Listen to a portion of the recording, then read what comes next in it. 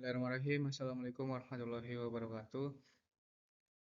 Sebelumnya izin Bapak, saya di sini dari kelompok 2 ingin mempresentasikan terkait pengukuran kinerja yang dimana itu studi kasusnya itu PT Indofood CBP Sukses Makmur Tbk.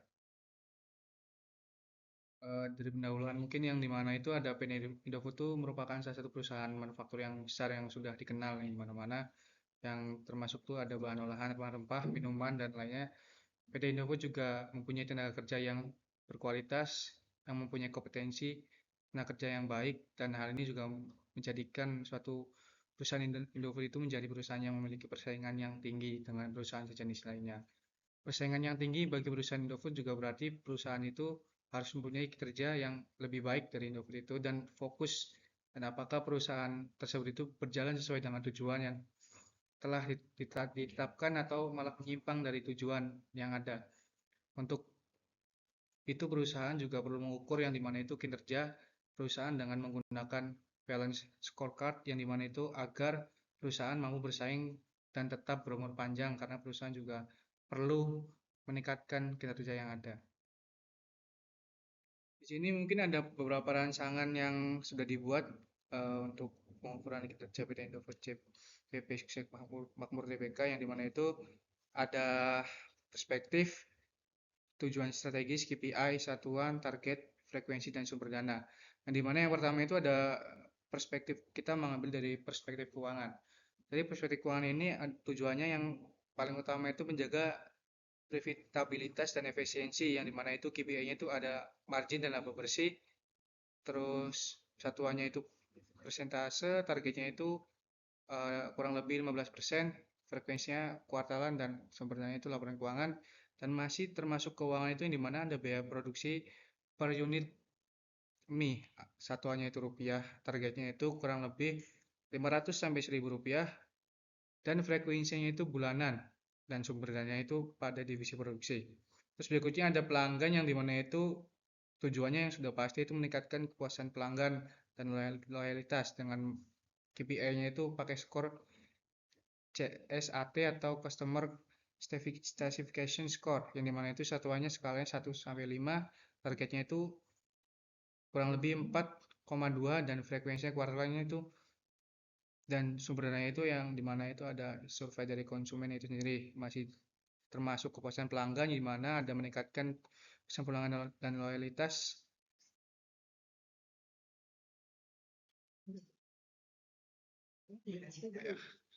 Dan ada tingkat retensi pelanggan di mana itu ada satuannya persentase, terus targetnya itu kurang lebih 85%, frekuensinya tahunan sudah pastinya, dan ada data dari sumber datanya itu ada data penjualan CRM. Terus ada proses bisnis internal yang dimana itu yang sudah pasti tujuannya itu meningkatkan efisiensi operasional itu sendiri, yang dimana KPI-nya itu ada waktu siklus produksi mie instan, terus satuannya ada menit atau unit, yang targetnya itu kurang lebih 12 menit, frekuensi itu mingguan, dan sumber datanya itu dari sistem produksi. Dan masih masuk proses bisnis internal di mana ada persentase produk cacat atau defect, yang dimana satuannya persentase, targetnya itu kurang lebih 1%, dan frekuensi itu bulanan, sumber datanya itu ada QC dan laporan produksi. Dan terakhir itu kita masih termasuk ke proses bisnis internal, ada yang dimana itu jumlah produk baru yang sudah diluncurkan, unit per tahun satuannya, targetnya itu kurang lebih 3, dan frekuensi tahunan itu berasal dari sumber datanya itu divisi R&D. Mungkin lanjut oleh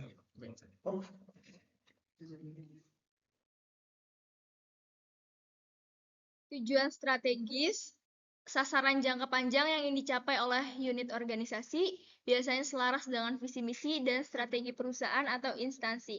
Contoh, meningkatkan efisiensi produksi.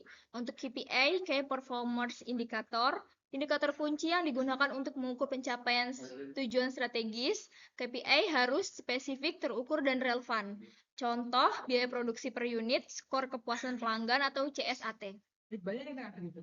Baik, selanjutnya adalah satuan. Penjelasannya yaitu unit pengukuran dari KPI yang digunakan bisa berupa persen, rupiah, menit, skala, atau jumlah.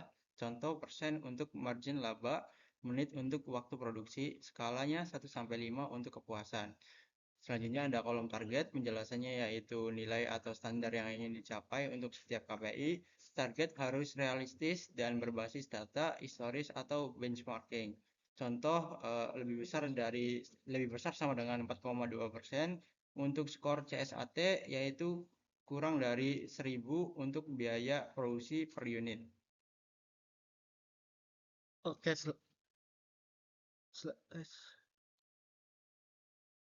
selanjutnya itu ada frekuensi seberapa sering pengukuran dilakukan, bisa harian, mingguan, bulanan, kuartal, atau tahunan, tergantung jenis KPI dan kebutuhan manajemen. Contoh bulanan untuk biaya produksi, tahunan untuk pelatihan SDM. Yang terakhir yaitu ada sumber data. Asal data digunakan untuk mengukur KPI, bisa mengukur sistem internal, keuangan, survei, atau divisi terkait. Contoh laporan keuangan, survei konsumsi, atau sistem produksi.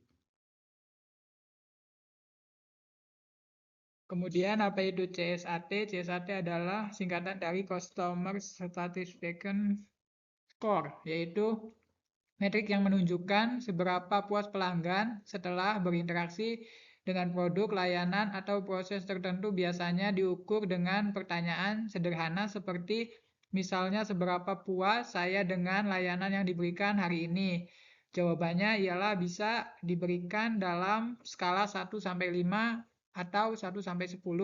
Skor CSAT dihitung sebagai CSAT sama dengan jumlah respon positif dibagi jumlah total respon dikali 100%. Kemudian ini adalah referensi yang kita gunakan. Sekian presentasi dari kelompok kami, kurang lebihnya mohon dimaafkan. Wabillahi taufiq wal hidayah. Wassalamualaikum warahmatullahi wabarakatuh.